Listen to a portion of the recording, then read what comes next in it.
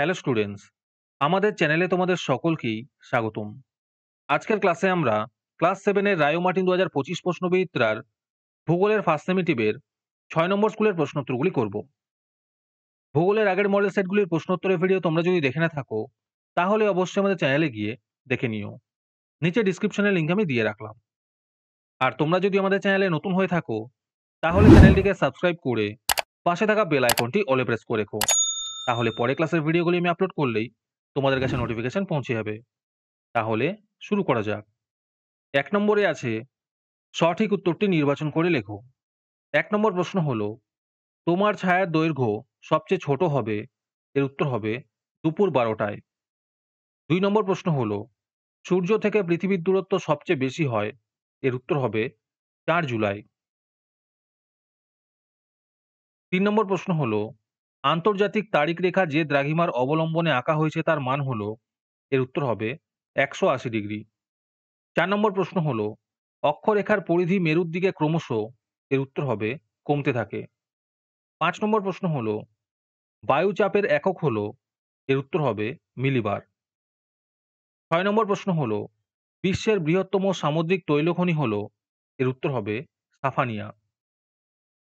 তারপরে আছে শূন্যস্থান পূরণ করো।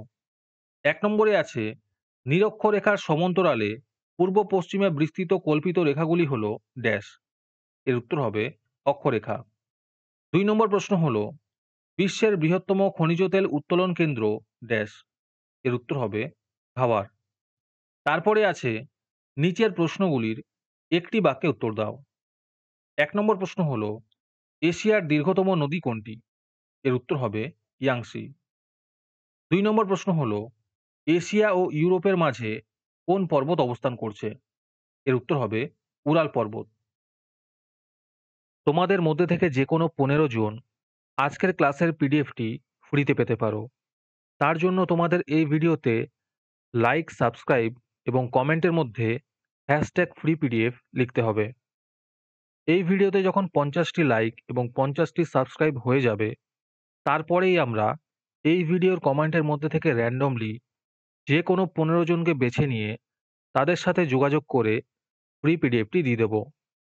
আর যারা আগে থেকেই আমাদের চ্যানেলটি সাবস্ক্রাইব করে রেখেছো, তারা শুধু লাইক এবং কমেন্ট করলেই হবে। আর বাকিরা এই পিডিএফটি ৳২ দিয়ে আমাদের হোয়াটসঅ্যাপ নাম্বার 7501121499 এ যোগাযোগ করে নিতে পারো। তারপরে ৩ নম্বরে আছে নিচের প্রশ্নগুলির সংক্ষিপ্ত উত্তর দাও। যে কোনো দুটি করতে বলেছে। এই প্রশ্ন উত্তরগুলি আমি তোমাদের দেখিয়ে দিচ্ছি। তোমরা দেখে দেখে নোট ডাউন করে নিও। ১ নম্বর প্রশ্ন হলো, আন্টার্কটিকা মহাদেশ অভিযান ডিসেম্বর মাসে করা হয় কেন? ২ নম্বর প্রশ্ন হলো, অক্ষাংশ বলতে কি বোঝো?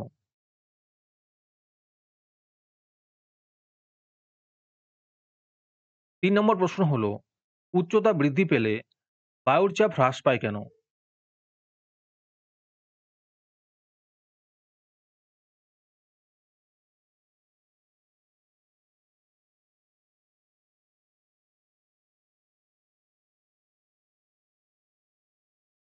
চার নম্বর প্রশ্ন হলো, সমচাপ রেখার দুটি বৈশিষ্ট্য লেখো।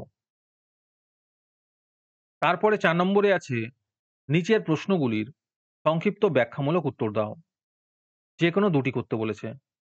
১ নম্বর প্রশ্ন হলো, পৃথিবীর অপসূর ও অনুসূর অবস্থান বলতে কি বোঝো? ২ নম্বর প্রশ্ন হলো, সুউচ্চ হিমালয় পর্বত কিভাবে আমাদের দেশের জলবায়ুকে প্রভাবিত করে? এই প্রশ্নের উত্তরটি আমি খুঁজে পাইনি। খুঁজে পেলে অবশ্যই কমেন্টে জানিয়ে দেওয়া হবে। ৩ নম্বর প্রশ্ন হলো, চীনের ম্যানচেস্টার কাকে বলা হয়? আর এর সাথেই আছে মৌসুমী জলবায়ু অঞ্চলের দুটি বৈশিষ্ট্য লেখো।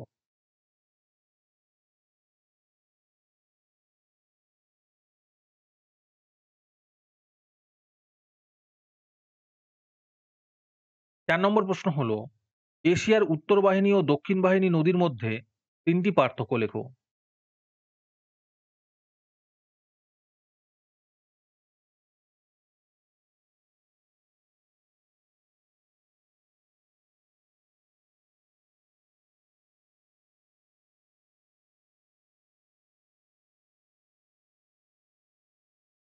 তারপরে ৫ নম্বরে আছে নিচের প্রশ্নগুলির উত্তর দাও।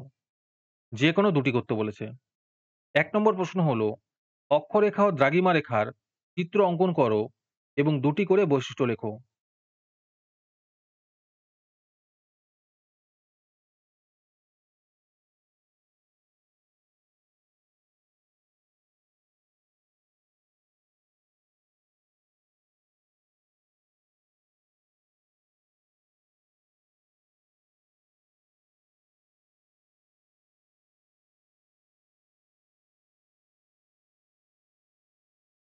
২ নম্বর প্রশ্ন হলো চিত্রসহ সংক্ষেপে ঋতু পরিবর্তনের বর্ণনা দাও।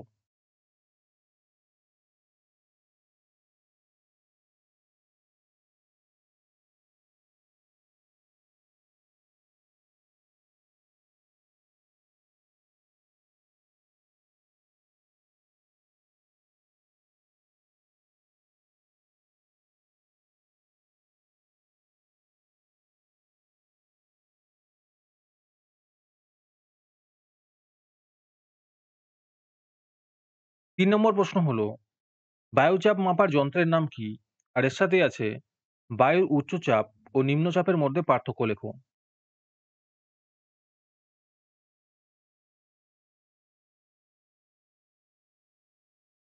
৪ নম্বর প্রশ্ন হলো টোকিও ইয়োকোহামা শিল্পাঞ্চলের দুটি শিল্পের নাম লেখো।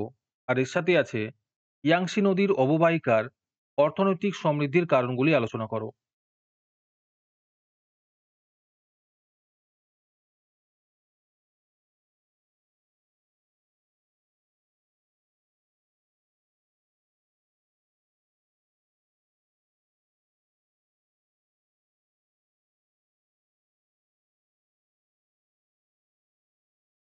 আজকের ক্লাসটি তোমাদের ভালো লেগে থাকলে অবশ্যই একটি লাইক এবং বন্ধুদের কাছে শেয়ার করে দিও। পরের মডেল সেটগুলির প্রশ্নোত্তরের ভিডিও তাড়াতাড়ি পেতে আমাদের চ্যানেলটি সাবস্ক্রাইব করে রেখো। তাহলে দেখা হচ্ছে পরের ক্লাসে।